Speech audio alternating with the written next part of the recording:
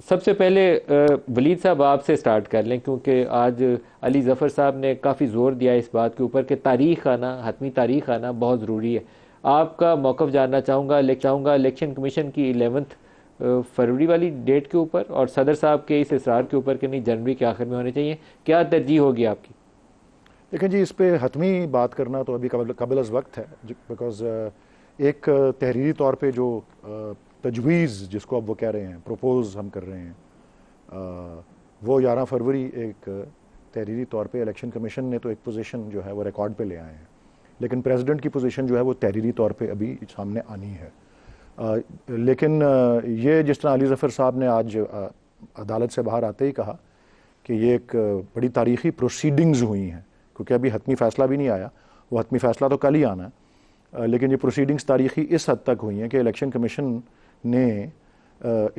इतनी ज़्यादा डॉज करने के बाद और प्रेसिडेंट को स्टोन वॉल करने के बाद, ये रिकॉर्ड का हिस्सा है, लॉ मिनिस्ट्री ने ये तहरीरी तौर पे एडवाइस प्रेसिडेंट को देने के बाद कि जी आप ये चीज़ नहीं कर सकते, अब जो है वो सारा मलबा प्रेसिडेंट पे डालने की वो कोशिश कर रहे हैं। खुद सारा जो है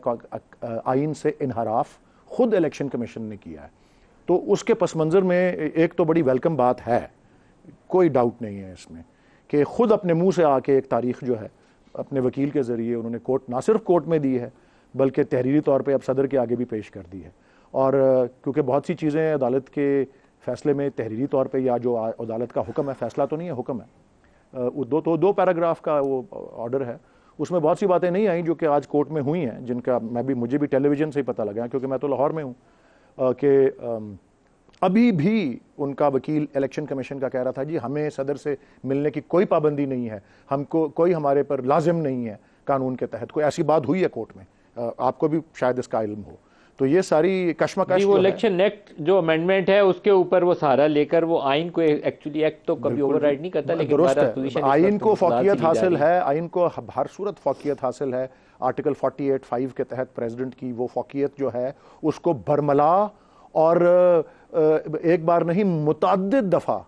इलेक्शन कमीशन ऑफ पाकिस्तान और पाकिस्तान की वजारत कानून बशमूल वजारत कानून इस निगरान हुकूमत की ने डिफाई किया है, आईनी पोजीशन को डिफाई किया है, ये बात रिकॉर्ड की है। लेकिन हमें चलें फोकस रखना चाहिए इस बात पर, इसकी पॉजिटिव साइड पर, कि कोई एक डेट तो दे दी है, और वो तो अभी तक वो ये एक इबाम नहीं था, अभी आज से एक दिन पहले तक हर बात यही हो रही थी। अभी आज लेवल प्लेइंग फील्ड की बात हुई तो अली ज़फ़र साहब ने ये कहा, और बजा कहा, मैंने भी कुछ दिन पहले एक प्रोग्राम में कहा था कि फील्ड छोड़े, पहले मैच तो हो जाए, तो फील्ड पहले पहले हम उतरें तो सही इस मुकाबले के अंदर। तो वो मुकाबले में उतरने वाली बात उसकी खुश आइंद है, लेकिन इसको नज़रअंदाज नहीं किया जा सकता कि repeatedly election of commission of Pakistan ने आइन से इनहराफ किया है, और अगर